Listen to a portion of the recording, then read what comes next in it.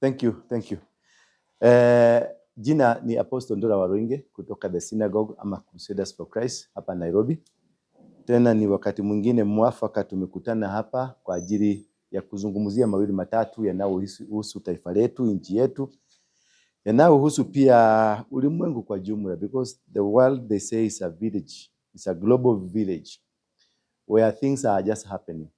But my greatest concern ni moja tu. Hii tunaona juzi niliona watu mkubwa intelligence, mkubwa army wamekutana. Previously kuna siku nilisema kuna mambo matamshi ambayo yanatamkwa na watu ambao yanaweza kuchochea, yanaweza kuleta shida katika taifa letu.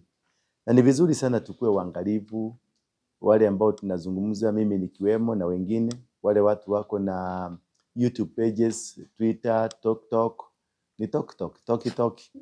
na zingine hizo zote, sababu kila mtu amekuwa media station ya mwenyewe, which means there is no control of anything, there is no control of whatever we are saying, there is no control of whatever we are emanating, ile ambao tunaachia watu. Sisemi watu wakue controlled. Kenya is a civilized nation, ni nchi ambayo iko na watu walio na maendeleo yao kibinafsi. Lakini ingekuwa ni vizuri hata kama tumeendelea, hata kama tuko na uhuru wa kuongea, uhuru wa kusema, uhuru wa kufanya, pia tukue na limitation za kuangalia kwamba nchi ni yetu hii. Tupende nchi yetu. Na hiyo ndio tunaita uzalendo. Katika kuwa na uzalendo ni kupenda nchi hii, kupenda nchi yako, maana hii nchi, it is the only one in the world. We don't have another nation called Kenya. We don't have a replica, nor do we have something that can be substituted. Nchi hii tuko about 45 million people. Na ikichafuka kutakuwa na mambo mazito. Kumbuka, all our neighbors, they don't like us. Ukienda Somalia, watatupiga, maana kwao walichoma kwao. Ukiona kwa Waganda, na hao, unajua Waganda, wanaongozwa na Museveni, na Museveni ni Mnyarwanda. Naye Mnyarwanda ameshikana na Mnyarwanda mwenzake anaitwa nani? Kagame, na Kagame ameshikana na Wanyamulenge. Wameweka mtandao wa vita huko, mpaka huko DRC. Ukienda kwa Tanzania wanatuitanga nani? Majirani, hawatupendi. Wakisikia ni Mkenya, hawatupendi. They say anything about us. They say we are thieves. Wanasema sisi ni wauaji, watu wabaya, sura mbaya, kila kitu kibaya. Maana walijaribu kukimbisana uchumi wetu wakashindwa. Kwa hivyo, sababu ile wivu na chuki ya kuona tumeendelea sana, tumesoma na watu wako na maendeleo, they just hate us. So wewe niambie, kukitokea vita Kenya, utaenda wapi? Si Tanzania, utafukuzwa. Si Somalia, hawana iji, watakufanya Al-Shabaab, kwanza wewe atakufuga na bomu uende ukalipuke. Si Ethiopia Moyale bado si ni hao tu. Si unaona Sudani, South Sudani, saizi naitwa nani? Riek Machar wanapigana na nani? Na huyu Salva Kiir. Wamemweka house arrest. Unaweza kutorokea wapi baba? Wewe na YouTube yako, wewe na TikTok, wewe na ujuaji yako, wewe na uraira yako na kila kitu. But there is nowhere to run to. We need this nation. Our nation is very important. It's a very good nation. We are peace ambassadors. Tuzungumzie. Make yourself a peace ambassador. Speak to that brother of yours. Na tukae vizuri na tupendane sana. But however, kuna vitu zingine pia zinachangiwa. Tunalazimishwa. Unakunyushwa dawa kia nguvu. Kama hii unaona sasa wanasema ati kusema Ruto must go, utaenda jela. Hiyo nayo, hiyo sasa ndio italeta shida zaidi. Maana huwezi kufuga mdomo. Hebu angalia kule Nyayo Stadium, wale watu walikuwa Nyayo Stadium, walikuwa wangapi? Sasa utashika wangapi wakianza Ruto must go? Tena the more you open up your mouth to try to stop something, the more people becomes curious about it and they want to do it to irritate you.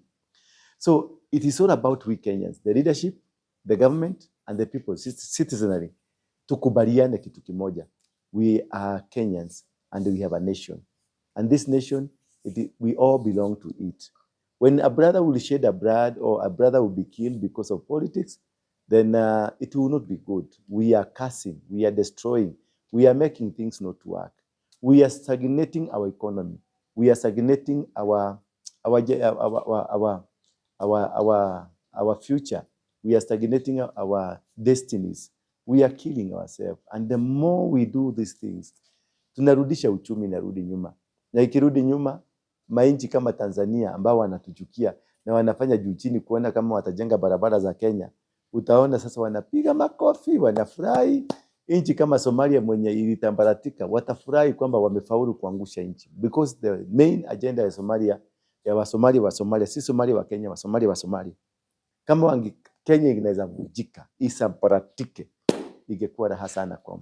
Then another thing that you are not seeing, Kenyans, na hiyo ndio nataka sana mkuwe vigilant. The more unaona statements zinatoka kwa wakubwa, zinakuanga ni agenda ya kuseti watu ndio waendelea kuongea na wakuwe na kitu ya kusugumusia. Na wakisugumusia saa hiyo ndio serikali inakuanga inapitisha maneno na inafanya maneno in the darkness without you, because uko busy ukisema mkubwa wa intelligence alisema, mkubwa wa jeshi alisema. Let me tell you, my brothers and my sisters, that they create stories for you. You keep speaking, you keep talking as they are doing some other things. By the day utakuja kurealize inchi ishachukuliwa. Kama sasa usimunaona kuna hii kitu inaitwa IEBC, watu wanachaguliwa. Wao unasema tu ati Ruto must go, umewekwa kwa mdomo Ruto must go, Ruto must go. Wengine mnawekwa kwa mdomo this must do, this must do, but you are not discussing nor are you scrutinizing to see or to know what is really happening behind the doors, behind your backs. There is something that is happening. There is something wrong that is happening. The country is being ripped, center, left, right. There are people who are just taking everything. When you are busy picketing. Picketing is allowed. Picketing, na unaona wanakaka kidogo kidogo, unasikia wameshika aoko. Nyinyi yote mna concentrate na aoko. Ukakaa kidogo, mnasikia anaitwa nani huyu mama? Kuna mama Mobi, Dr. Mobi. Unasikia Dr. Mobi amegongwa rungu ya kichwa. Sasa mnaongea Dr. Mobi, Dr. Mobi. Sasa hiyo unasikia commissioner wa IEBC walipitishwa bila wewe kujua. Unasikia mswada fulani ulipitishwa bila wewe kujua. Hii ni serikali iko na wakora wa kisiasa ambao wanajua kupanga na wanajua kutumia akili yako na wanajua kutumia time yako. So it's very important for us all to be sober up and turn back, see what is happening behind the scene. You might be thinking hiyo kitu wanasema that is where they are. They are not there. They were creating an agenda for you to stop and to forget about yourself as they do their things, as they do their shenanigans. That is what they are doing. So avoid these people. Avoid kabisa. Na nyinyi watu wa serikali, please, tunawaomba sana. Watu wa army, watu wa intelligence, watu wa polisi, watu civil servant, watu wa siasa, minister, all these kind of things.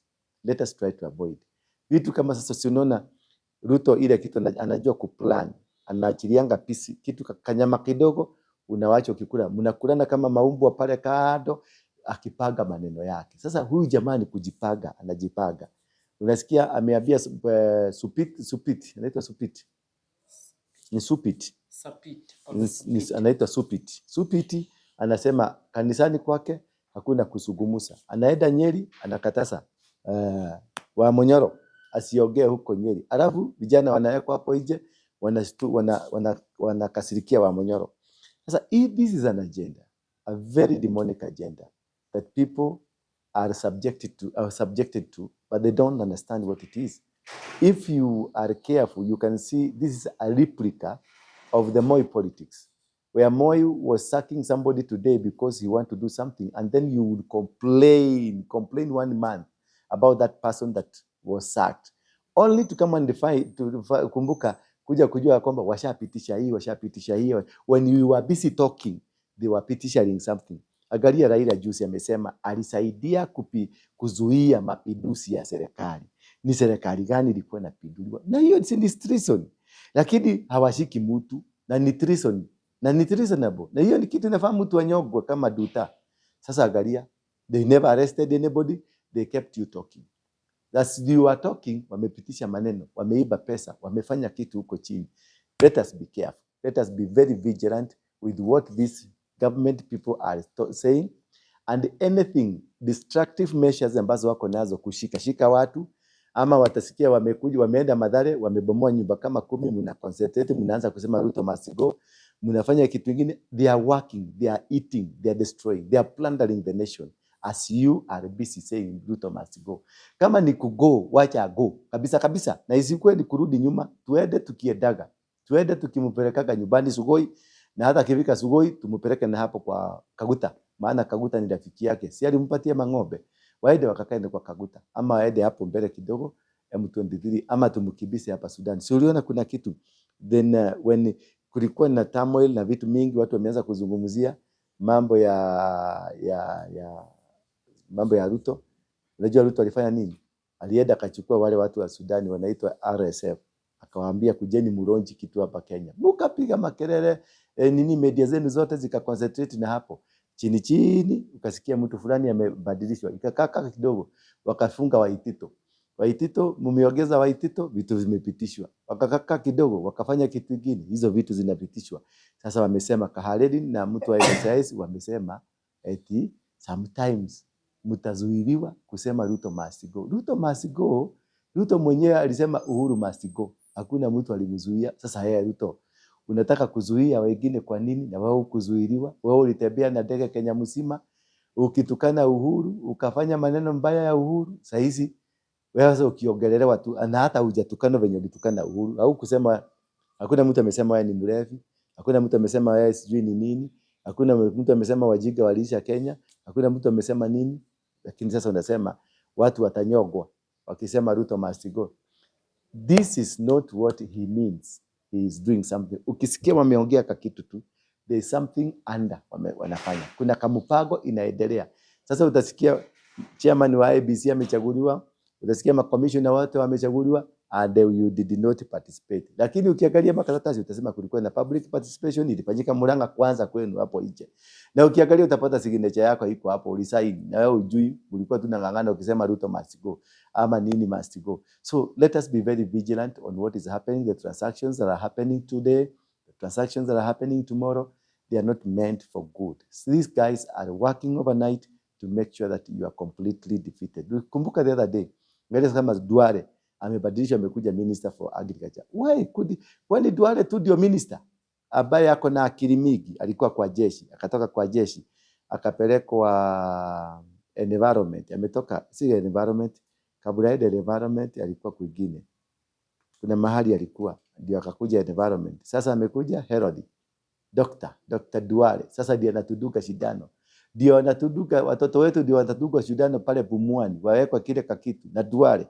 Na ulisikia Duale alisema watu wa Somalia wamezaana na wako tayari kuchukua nchi, na nyinyi mko hapo Pumwani mnang'ebia tu, na mumeletua mtu hapo ule anawekaga vitu mami, and you cannot see it.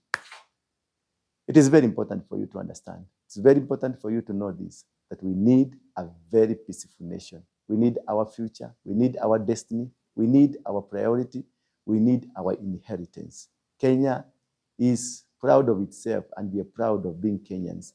And therefore, na kuomba tu mchange watu mabloggers, watu wa kusikiliza hizi vitu za matikitoko, na watu wa YouTube, na watu wa X, sio ni nini mulikansel, na watu wa hiyo kitu kingine. Let us be vigilant. Stop just following things for the sake of following things or for the crowd chasing. Let us now be a bit critical. Things are being done. Wewe ukifikiria ni Ruto must go, wewe ukifikiria ni this has to happen, no, things are being done behind the scenes. Go scrutinize.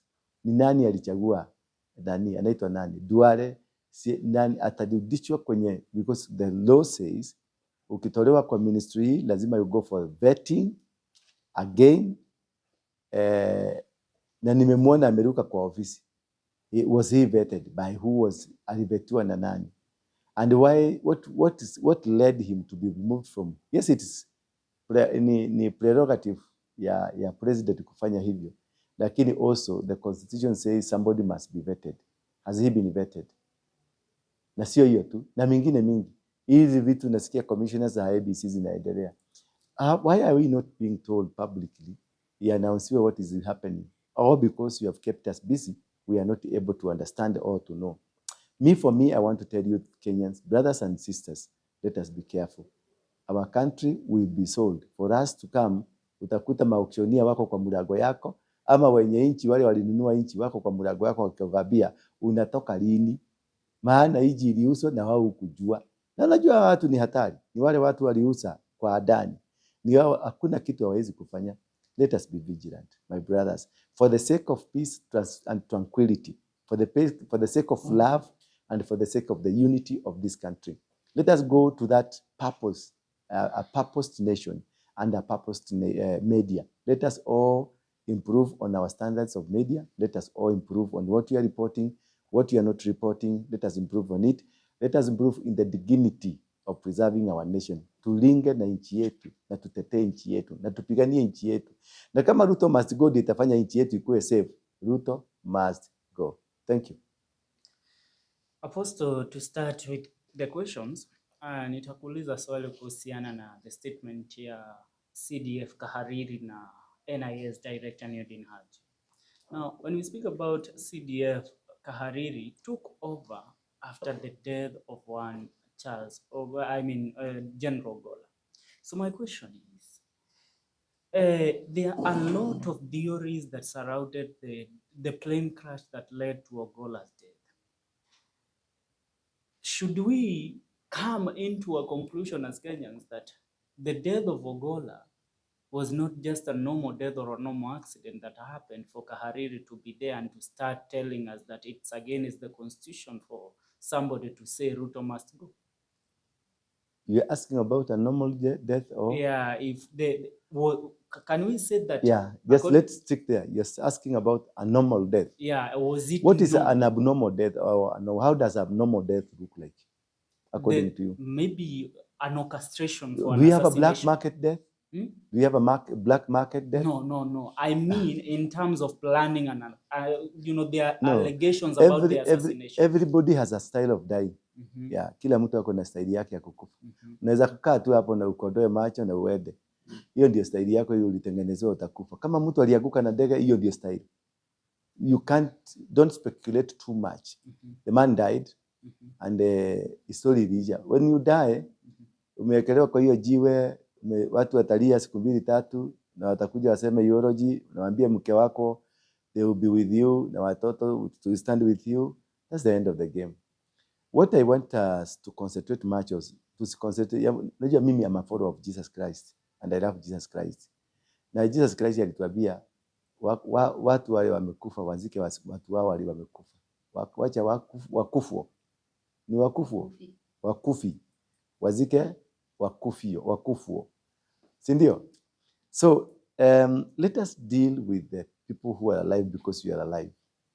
The most important thing to understand, the statement made by Kahariri and the statement made by Nur Haji, they made the statement in an intelligence institution, meaning there is a message they were passing to the people they were graduating or the people they were speaking to. You know, now, when you go to a football pitch where we have fans, watu kama Arsenal, Manchester, then you issue a statement from there. You are speaking to footballers. When Kahariri was speaking last night, he was speaking to the intelligent people, and also his counterboss was also speaking to the people in the intelligence. So to me, the question you could have asked me, is there any plan orchestrated, or could they be passing a message to their fellow colleagues at work? From now, start tracking people, start arresting people. We hear this person akifanya hivi, arrest.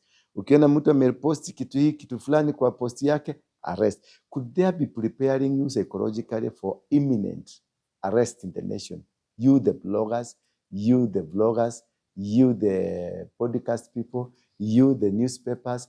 Could there be, because there is also a tiff between the Standard newspaper or the Standard group and the Ruto himself, because the headlines ambazo zimekuwa kwa Standard, they are hard hitting. And sasa unasikia some vloggers and bloggers wameanza kusema ni kama Standard imeenda beyond the mipaka ya waandishi wa habari. Could there be a preparation where now people will be hit?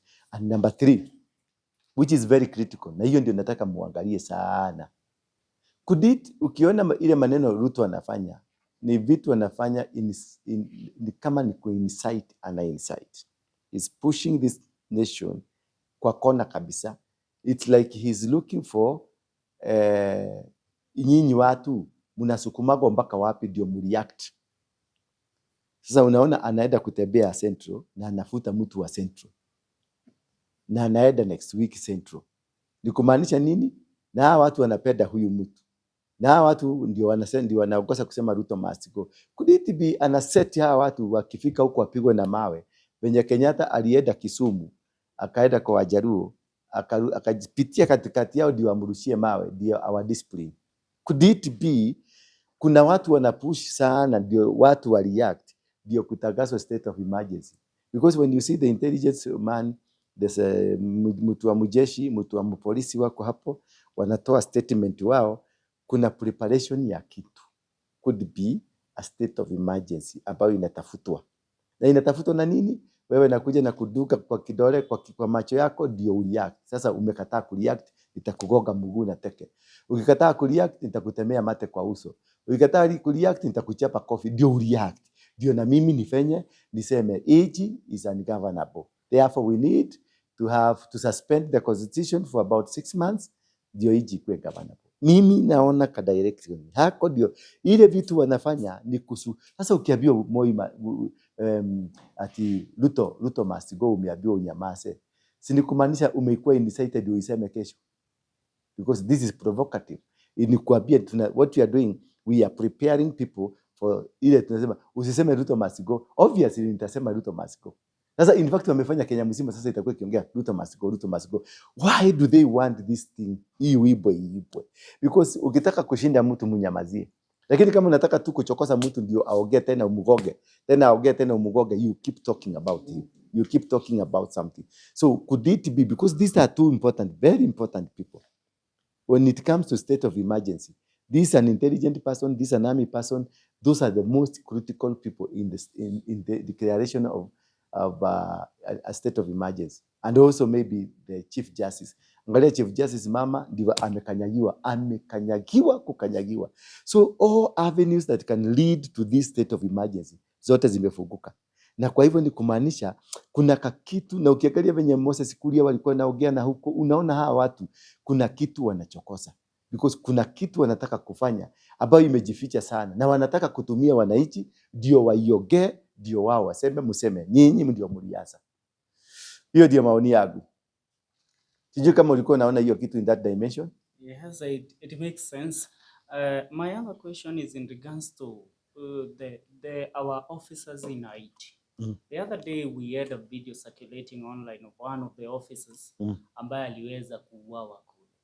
And the family yesterday also spoke in regards to the said case, na the government imeweza kusema ya kwamba the man is currently missing, not dead. Yet we also the gangsters in Haiti playing with the body. Yeah. And so my question to you, what does the war in Haiti benefit Kenya with? It benefits Kenya by benefiting a Kenyan. It's very beneficial to Kenya because it is benefiting a Kenyan. Are you getting me? There's a Kenyan who is benefiting. There's a Kenyan who is taking the money or taking everything that is happening there. But the most important thing here that you need to ask yourself, there are 3 things I want to look at critically. And these 3 things I want us to look at critically. One is an obvious one, because this is a soldier. This is a guy who is, they're saying, disappeared. He's not a civilian. He's a soldier who was carrying a gun. Was the gun for making porridge? No. What is it for? For fighting. For killing. So he had gone there to kill. And he has signed, I am trained to kill. Are you getting me? Yes. So, and the gangsters, they are also trained to kill. To kill who? The enemy. The enemy who is the soldier. And this one, they know our enemy is the gang. So on that level, there is nothing to be sympathetic about. Because this man, as he got into the plane, or as he came from the training camp, they signed certificate that you will, yani utakufa, yani umesign kifo as you are serving your nation. As you are carrying the gun, as you're serving the nation, you can die. As long as you die in the line of duty, you're a hero. That's law. That is how it is, and that's how it must be treated like so. That is point number one. Sympathy goes off automatically because this man who died in the line of what? Of duty. And he assigned for that, and he's paid for that. And the family, when he left the family, he told the family, I'm going to fight gangs. These guns is not that they are going to close their eyes and they wait to be killed. They are killed, and then they come and walk over. They went for a warfare, a battle, meaning you can lose your life, you can also lose somebody's life. Okay? Now, point number two. Were we so much? Was it a rallying call, or was it so necessary for Kenya to go to Haiti? How many kilometers are from here to Haiti?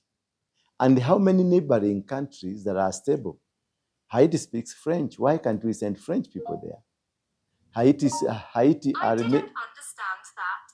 You didn't understand, eh?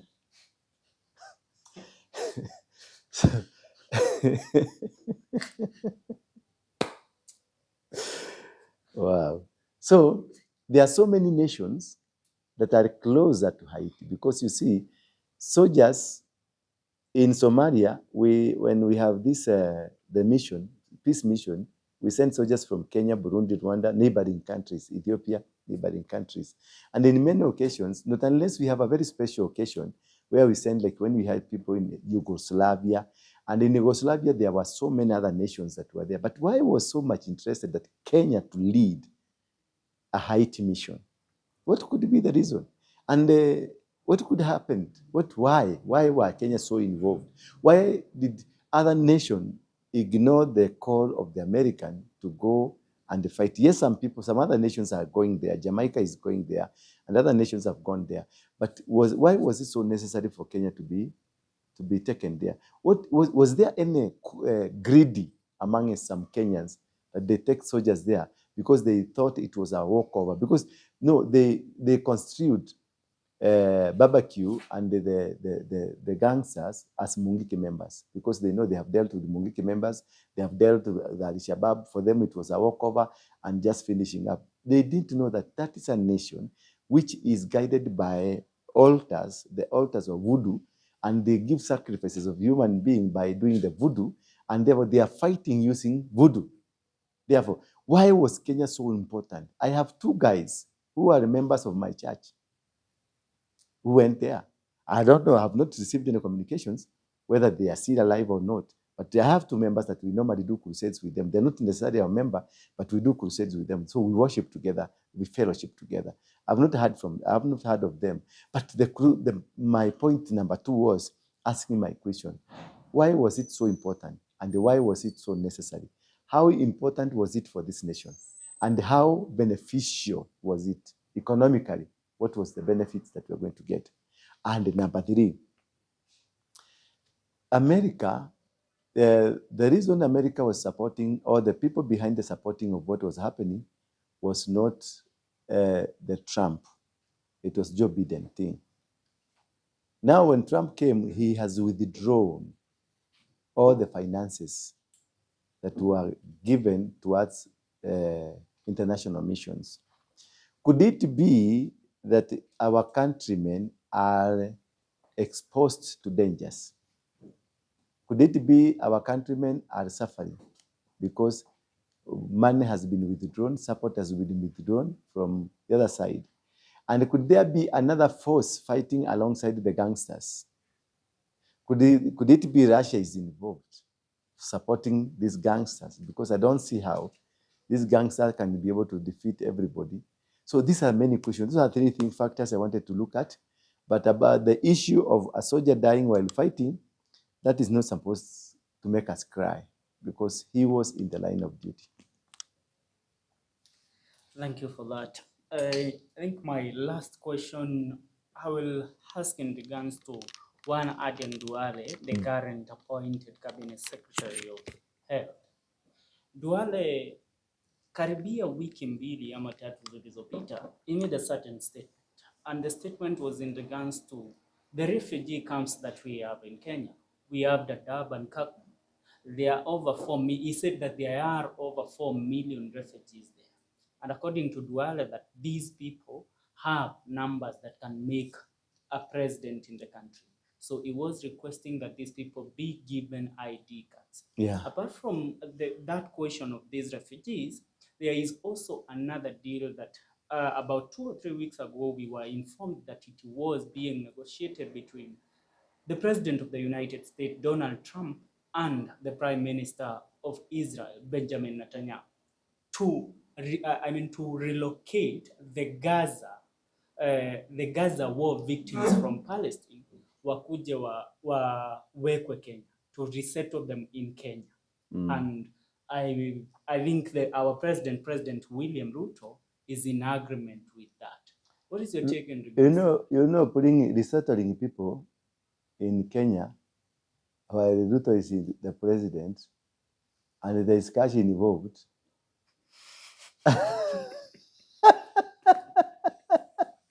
You think now Ruto can say no? Ruto. It is being done, and currently the UK is repatriating their people to Rwanda. It's a means, the economy has gone down. And this economy, after they invaded Russia and they closed borders with Russia, they thought it's Russia that is going to go down. Unfortunately, they are going down completely. You go to Germany, the economy has sunk. Go to UK, the economy has sunk. That is why they want to offload the people who are dependent. Because when you have a refugee in your country, you feed them. And so what they want basically to do is to bring them out from your nation, so that another nation can bear the responsibility. It will be the most unfortunate thing for Kenya to allow such a thing, because you can see those guys in Gaza, what they have done. And again, many of these guys are suicide bombers. They are criminals, they are gangs, and these guys, they can do anything. And more especially when they're in a country like Kenya, where we have a porous border and not very good security systems. These people will come and outwit everything. And the next time you hear that the country has been destroyed, has been blown up. But this is a Duale agenda. Leave alone any other story. This is a Duale agenda, because for Duale is how can we recruit as many Kenyans as possible, as many Ugandans as possible, as many Somalians as possible, as many Ethiopians as possible, as many Sudanese as possible, as many DRC Congo, many number as possible, because they know that they are minus the Kikuyu vote, and they want to replace that 4 million vote with some other body, some other sub people that will come and replace by giving them the votes. That's why Ruto did not start his campaigns of moving around Nairobi from anywhere else. He started from Eastleigh, because Eastleigh, that is where you have the closest catch. The people who are so happy with him when they had IDs will never be vetted. And that's why so many of them came out, because they are now his good friends. But despite looking at the vote that we might get from these guys, also let us look at our future, the future of our nation, the security of our nation, and what really happens tomorrow. Tomorrow is very important. Tomorrow is very, very important. These people, they destroyed their nation in Somalia. They came to stay in Dadaab. They stay in Kakuma. They have refused to go back, yet their country is okay. And they just want to eat everything from Kenya. And they want to steal. If you go to Eastleigh, there are many of them. They are living there. They have no IDs. They have no passports. They are just living in Somalia, in Somalia Ndogo, that is Eastleigh. And that's a challenge of insecurity we're having. There's a challenge of having the counterfeits in the country. There's a challenge we are having political problems and political turmoils in this country, because we have people who have no interest at heart of this nation. Apostle, kuna history na trend ya agency. Kuna msichana amecall wa Kenya 12.8 million na traveling agency. Na juu hii kitu imekuwa kijirudia, maybe you unaweza maybe what's your take what should government do to avoid hii kitu haitajirudia tena? Kama pyramid hazijaizuiliwa bado zinaendelea. Kama hii inaitangwa hii ya jicho. What do you call it? Bitcoin, sio Bitcoin. iCoin, kitu kama hiyo. Ile walikuwa wanachukuliwa jicho. It's still there, it's still going on. That's why we say I'm just nimezungumzia kuhusu the security systems, the arrangements and how to make our country become more secure. And that's why we must do something that stop any illegal immigrants to the country. Number 2, hii mambo ya kupeleka watu ng'ambo. Kama sasa juzi I saw kule kwa Jesus Winner, there are over 5,000 people ambao wameambiliwa kazi ya kwenda Korea. And a girl came here because we have a circle. She had come to borrow money. Ndio nimpatie pesa. She was borrowing 300,000 za commission ambayo inapatiwa Jesus Winner ndio apate makaratasi. So nikamuuliza, how sure are you they're going to take you? Anasema tumeitishwa tu and we are going to be shortlisted for those people who are going to go. How many people that are going to be hoodwinked? Or yes, they are going to pay, maybe they pay 100,000. There were over 5,000 people. And this 5,000, you multiply by 5,000. Is how much? It's like 50 million. See, ile kiwanja ni 50 million ama ni 5 billion. Could be something like that. See, ile kiwanja wanasema wanataka bilioni ngapi kununua? 4. Wanataka 4 billion. Sasa ukipata watu 10,000 wakupatie, wacha tufanye hii hesabu. Tukipata watu 10,000 wakupatie 100,000. Sio ni bilioni 1. Si imepunguza deni ya shamba. So, Mombi, what I'm trying to say here is, ukiona mtu ananyakunyang'anya amechukua 12 million kutoka kwa watu, na hii kitu imekuwa watu wengi wamekuwa conned. Na watu wengi najua, hata I used to have 2 workers in my company ambao walikuwa wamefanya hiyo kazi ya kupeleka watu Canada. Na walikuwa wamekoni over 7 million shillings. Na siku hizi bado na wananga wako walikuja wakashikwa, then I saw in 2 days, 3 days they were walking. But why do you still think that a person akona yeye anaishi Kenya, yeye anakuabiria kazi mzuri sana Canada, anakuabiria kazi mzuri sana UK, na yeye anaishi Kenya na haso ati anashidaga kwa desk akitafuta watu wa kuenda, yeye mwenyewe anatembea na kwa matatu na sie, mbona yeye asiende hiyo kazi kwanza? Why these people are so good for you but they don't even care about themselves? Ndio kuna vitu vingine tunafaa tutumie akili tu kujiuliza. Wacha wagogwe. Do you think hizo agencies zinafaa maybe kufungwa kwanza ndio kujulikane the right one? No, not kufungwa. Wewe si uende kwa hiyo ofisi, kwa hiyo agency uulize license zao. And nowadays you go to your phone, una Google, unaangalia, unauliza hii agent iko, wanakuambia iko. Unajua who are the directors, who are this. Then you get to know whether the government has recognized them. Because these are not even agents. Si wanakuangi hata agent kama hii ya Duta na watu wao. Si agent, ni mtu mmoja, mimi mwenyewe nafungua ka ofisi ka desk moja.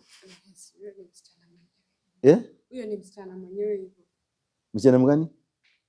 Huyo mwenye amekuwa ni mtu mmoja. It's not an agency. Uliingia ofisi yake ukamuuliza where is your license? Ukuingia.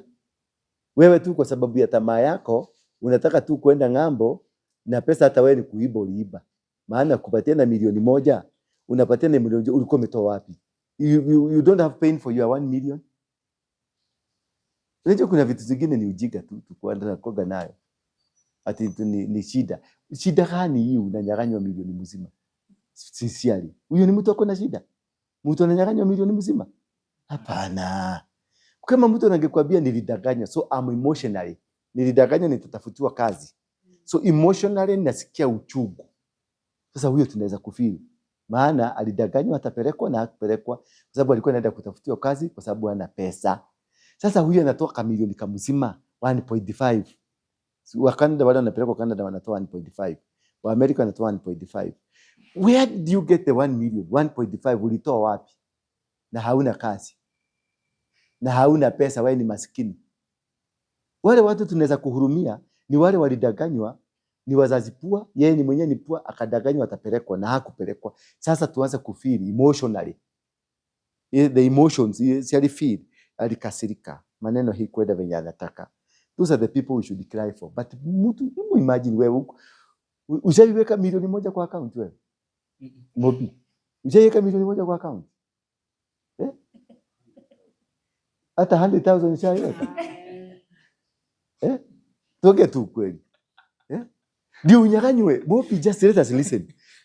Wacha to think pamoja.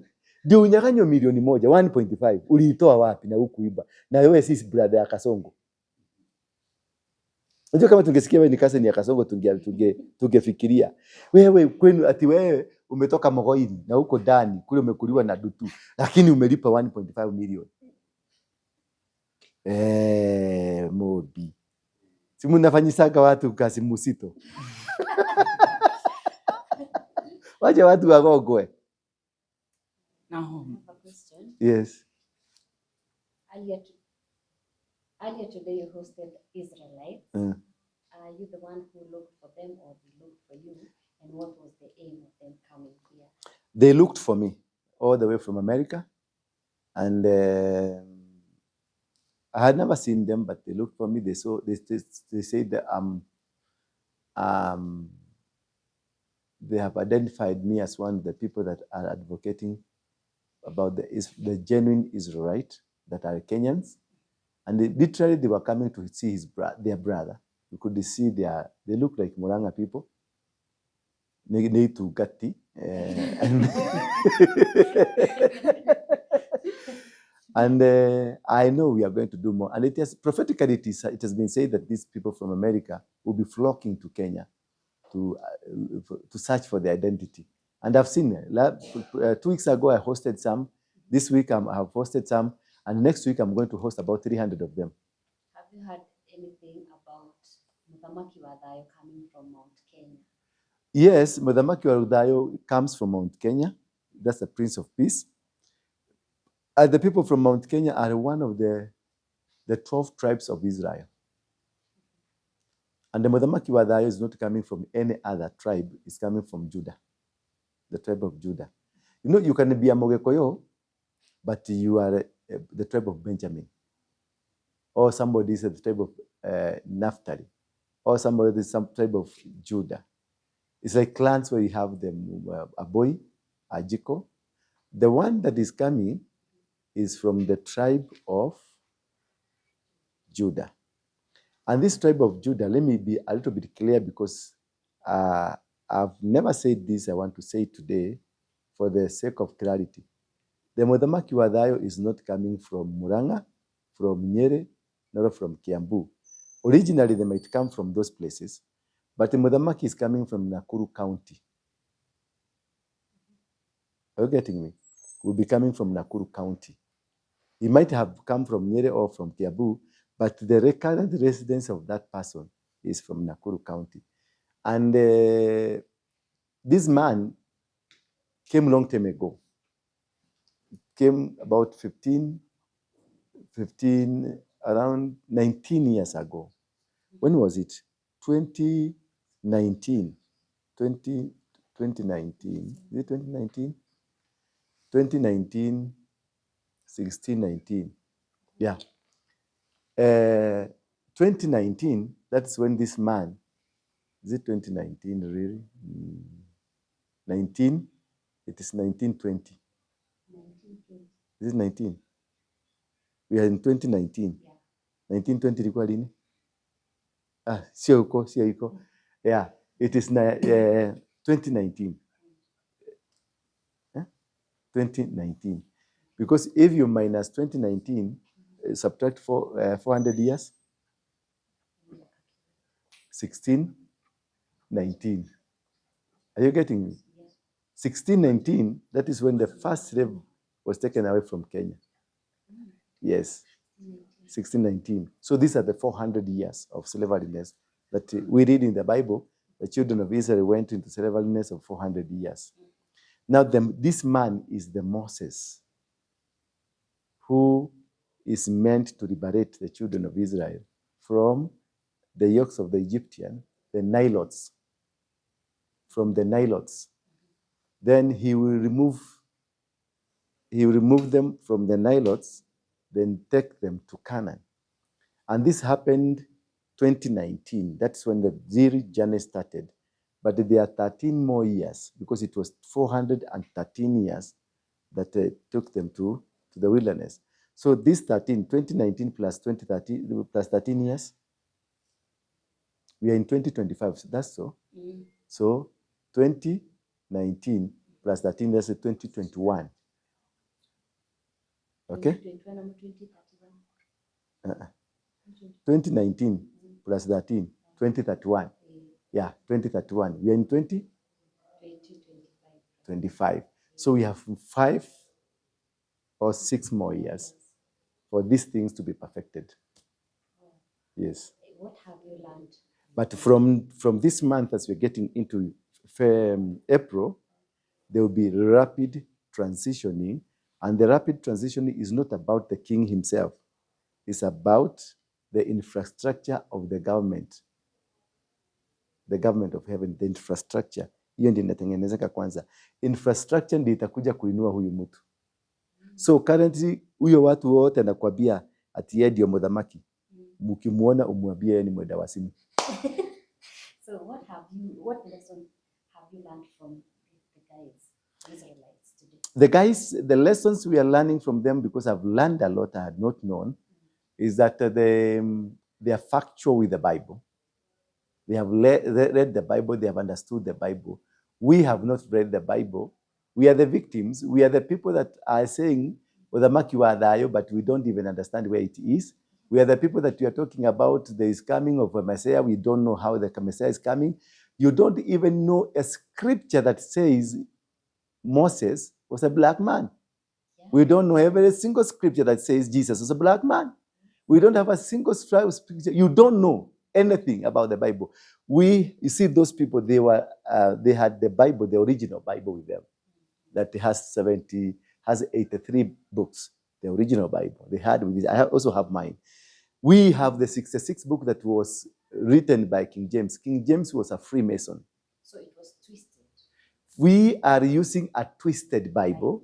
They are using an original Bible. That is the greatest difference between we and them. So they are a step ahead of us. We are reading kale karaini kanasema Jesus wept. Another karaini tunasoma God will bless you.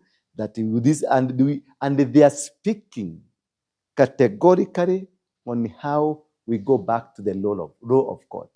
That for this thing to be established, it is the mercy of God returning to us because we have returned to Him. So it is not about being saved. It is not about going to church or being holy or of Dioma. You know how to deny na Dolibakuka to Limanianda. It's about following the law and the statutes of God. Period.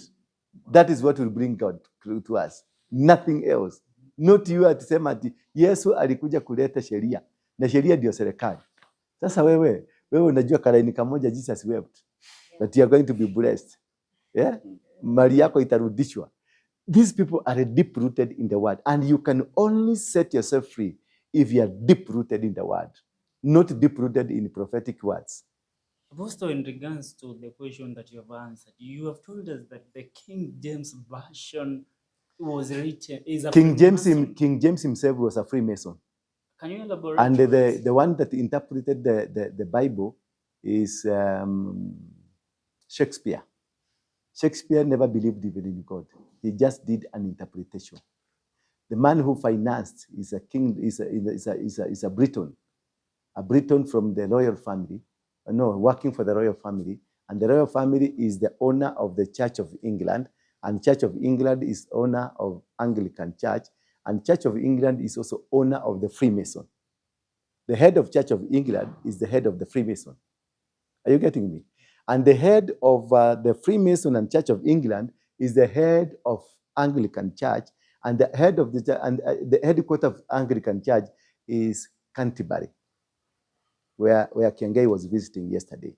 It is Canterbury. Canterbury is headed by the head of Freemason, and he's also the head of the Church of England, who is also the head of the Anglican Church. What was the aim of twisting the Bible? Why did they hide the original Bible? No. The Bible talks about black man. Moses was a black man. Even I have heard Solomon. Solomon was a black man. Jesus was a black man.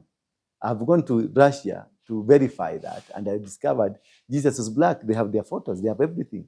But now remember, they brought a Muzungu, who is a relative of the Pope. His name is what? There is a Pope. A relative of that Pope is the one that was brought to us, a photo of his, that this is how Jesus looks like. And this is the man that we have kept in our houses. This is the man that you see in the crosses. He's this way. Mm-hmm. That man is a man in Britain, from Britain. And is a relative of a one Pope. So you can imagine, they twisted the story so that African will not understand themselves. Because the Bible is all about African. The Bible is written, the entire story of the Bible revolves around Africa. Look here, as these guys were saying, which is true, Israel was part of Africa until when they dug the Suez Canal to separate Israel from Africa. But Israel is part of Africa. And Israel was occupied by black people. Are you getting me? And these black people, they're the Negroes. The Negroes are the Bantu. When we migrated coming down, we migrated from Israel, which Israel is part of Africa. So it was one land, one mass land. And it was called Misri. And it was called Misri. And therefore what happened, they had to kill our story, they had to dig a trench, a Suez Canal, to separate Israel from Africa. But Israel is an African country. But the occupant now are conmen from America, from England, from all over the world. You have said Jesus was crucified, like the one that we know, Jesus. Yes. But was he not crucified? He was crucified this way. But the one we have, the Muzungu, is this way. Why so? It's about, there's this question of stealing destinies of people. The cradle of mankind is Africa. Esau and Jacob were from one womb, but Esau was a white man, and Jacob was a black man. They came from the same womb. But Jacob was blessed by God. Esau was not blessed by God. And that's why Jacob was able to steal the destiny. The Esau are the white men, the white people, and Jacob is the black people. Are you getting me? So it's a matter of you and your brother scheming against you, and they be turning out to be clever than you. For we as the black men, our forefather, we come from Jacob, right? Yeah. Then Esau is the white, is the forefather of the white generation. Yes. So sisi ndio ambao tulichukua nini yao. Yes. Tuliiba baraka. Hawakuwa na inheritance yake, haikuwa na baraka. It cost us to suffer. So right wakati Jacob alinunua birthright, alikuwa nafikiria iko na kitu. Instead ilimsababishia mateso. Alienda kwa Laban, akafanya kazi miaka 21 ndiye apate mke. Ni mateso ya kuiba birthright. Until wakati malaika wa Mungu alikuja, wakangangana naye usiku. Kisha wakati alingangana naye usiku, akagundua ni malaika wa Mungu, akamwambia malaika akamwambia, unaitwa nani? Akamwambia naitwa Jacob. Akamubadilishia jina, akamwita Israel. That is how the destiny was restored back to Jacob. The destiny of the black man was restored back. by him being asked, what is your name? Identity. So when these people came to Africa, they came to steal the identity, because when you lose your identity, you were colonized, you are used, you are destroyed, you are completely shattered because you have no root. Identity is your root. Thank you, Apostle. As we complete, allow me to take you back kiasi to our politics. We have the current cabinet secretary of Interior, Kipchumba Murkomen. He has been there for a few months. Reason. And since his appointment into that docket, the surge of insecurity in our country has been rising. So the question is, we had Muturi being fired for incompetency, the cabinet secretary of public service. If the president is working against incompetency, should Kipchumba Murkomen continue to hold that docket? The only good thing with the Ruto, he knows how to reward. He's a rewarder. He rewards his royal people. Remember, Murkomen was fired by Uhuru because of supporting Ruto. Ruto, if you support him, he will support you to the end. So it's not about what you do, how good you are, what you can be able to do. Again, we don't have a cabinet in Kenya. It is a show off because of rubber stamping. The cabinet is Ruto, and the Ruto is the cabinet. They don't make any question, they don't make any decision. They just go to the meeting ya cabinet, wanafanya muhuri, lakini decision yote ni Ruto. Hata ukienda all departments zote za serikali, it's Ruto. And if it's not Ruto, it's Ruto. They just rubber stamp. So usiblame Murkomen. Murkomen anaweza kuwa na idea mzuri, anaweza kuwa na kila kitu kizuri, but if Ruto is not for it, it is not there.